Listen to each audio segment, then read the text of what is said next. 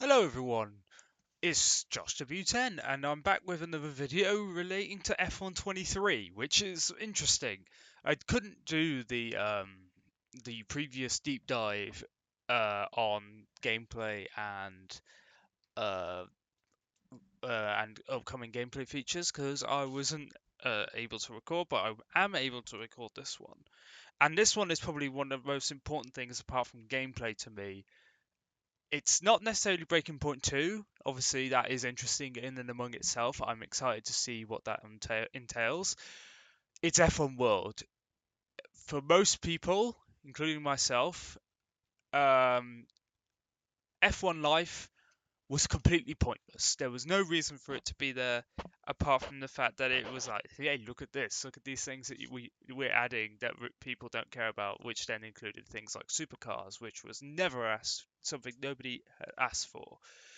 And to see that they're doubling down on this, it's interesting, and some of the stuff we're hearing as well, along with a couple of other bits and bobs, mainly to do with the multiplayer as well, because it says in this tweet that the second deep dive will premiere on YouTube, as it will in a few seconds. It will feature Breaking Point 2 and all that, and overall ranked multiplayer, which is something that I really believe that needs to be changed, but also customization in F1 over the past few years has not been great, to be brutally honest.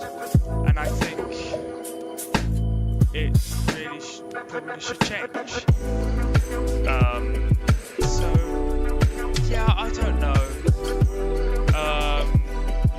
But I doubt that's going to happen at this point. I'd be very happy if it is, but it's just one of those things. But this is going to be a very interesting thing to react to, and also to see where they're going to go with this. But I hope it's good. First and foremost, obviously with all the gameplay stuff that we've been seeing, and all the additions to the game we've seen so far is promising. But I think quite a lot of us are very much in the same boat of we don't want to jump the gun too early. So yeah, I don't know. It's just one of those things. It's got a really odd way of trying to premiere the countdown for this flipping overview video. Not your typical YouTube premiere countdown. But yeah, I don't know if this is an EA thing or if this is a new YouTube thing. It's very odd. It is very distracting, to be honest. But heyo, cool graphics, I guess. So yeah, I don't know. But this is not what we're here to see.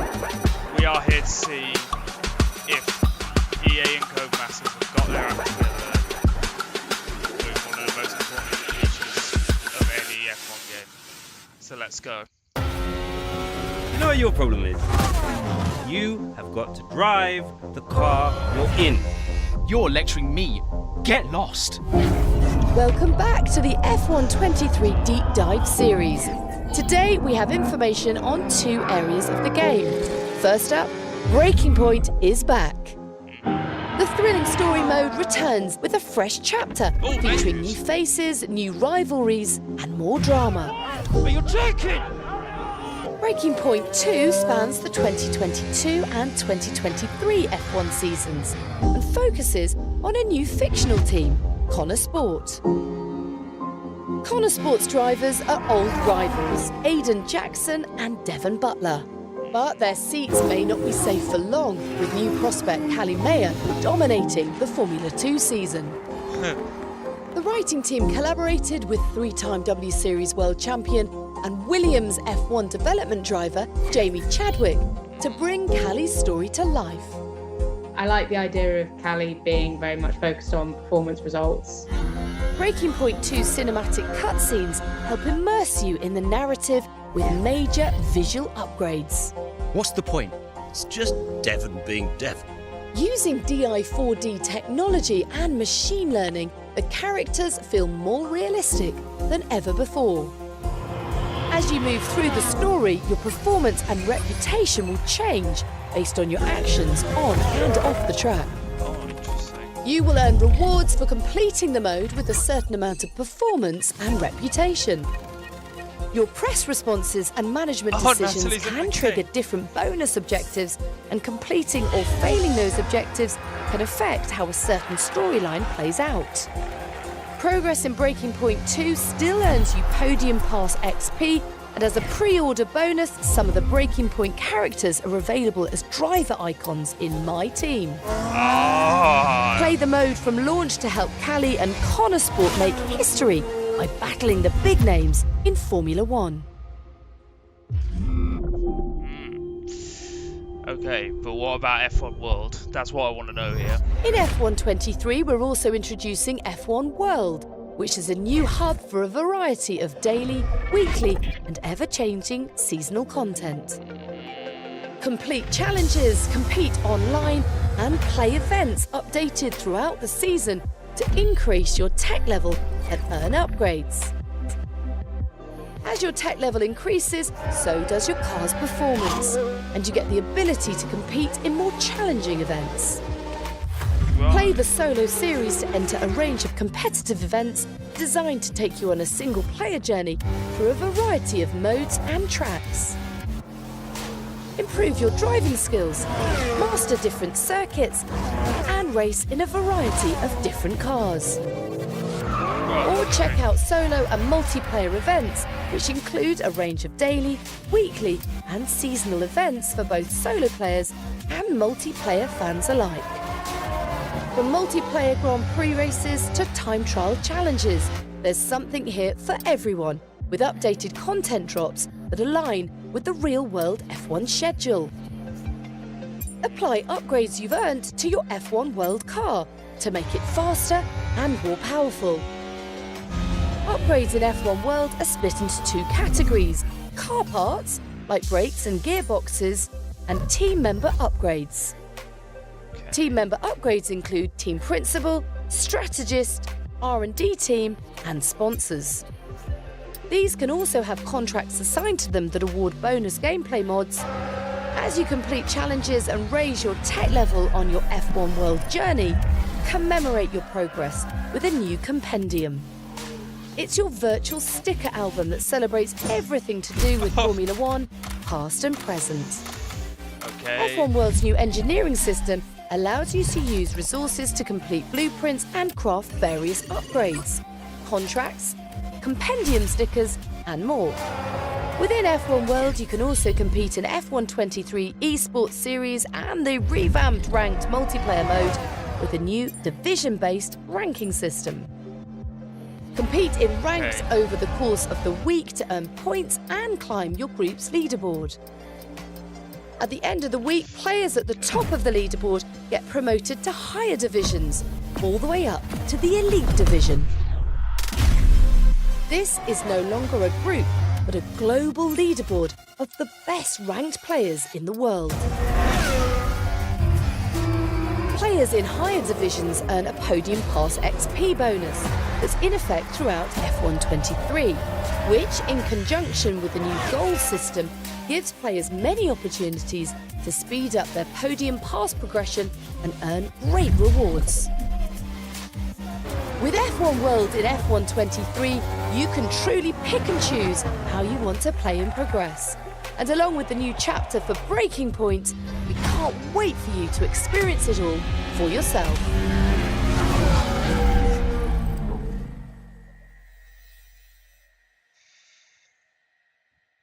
Huh. This is...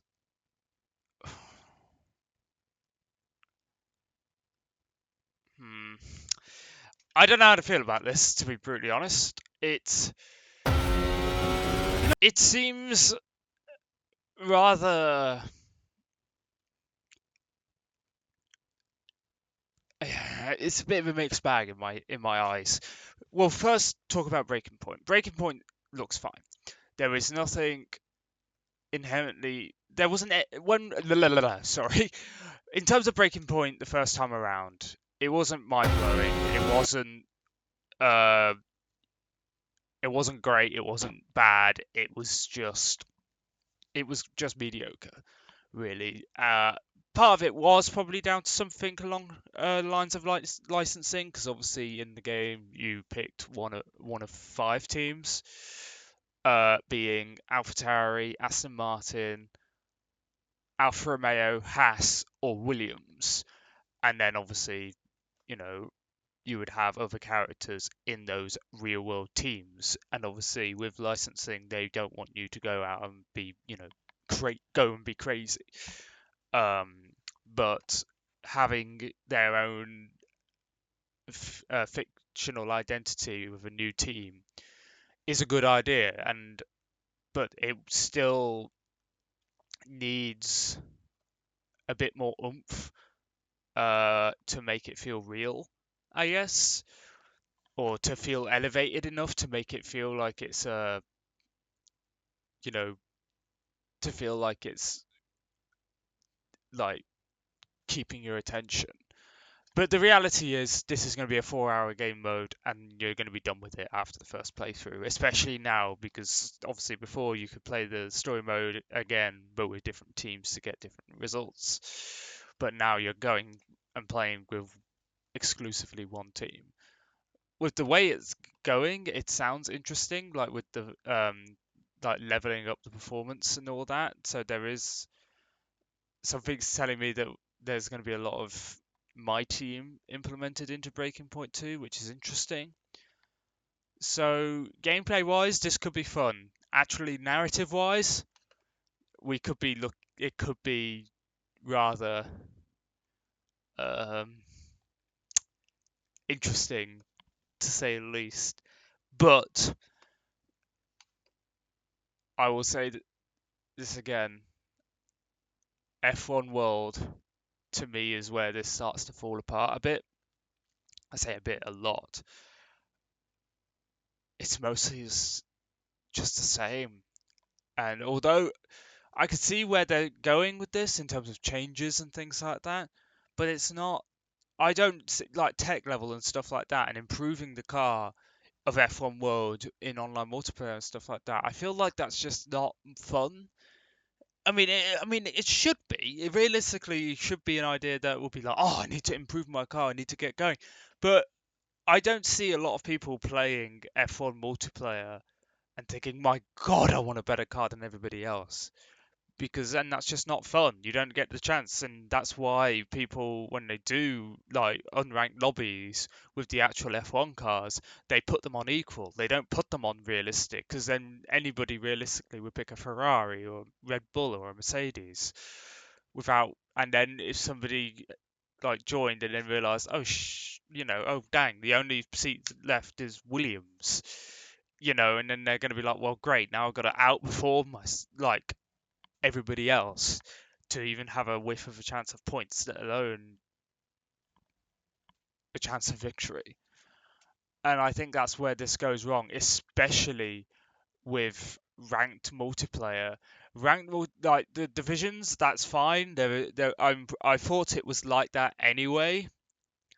But if they're going to implement the performance gains that you get from your F1 World car and put it in ranked multiplayer, I think that is going to be a very, very big problem for the longevity of ranked multiplayer, which is something that has been pretty profoundly subpar for years. And there is nothing on my team, and there was nothing on customization or anything like that. I don't remember if customization was mentioned in the roadmap, but I was pretty sure. I'm pretty sure that's what this one was going to entail. And yeah, there's nothing here. Like, there's nothing on this sheet, like on this upcoming F1 like with video series of customization anywhere. And I think it would have been here. And the reality is, like, okay, cool, we've got different designs and different things, but again, they're far too over the top. And I think, although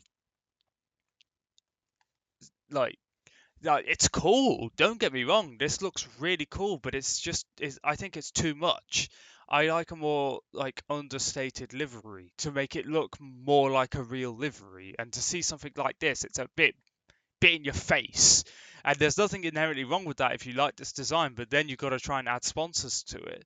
And whether it's fake or real, it doesn't really matter because then it's going to clash. And then the one problem with all the F1 games since 2020 with customization for like my team and my team car or just the multiplayer car in general is once you apply the sponsors to the car, you can't really change them on the driver suits or on the helmet or on the gloves.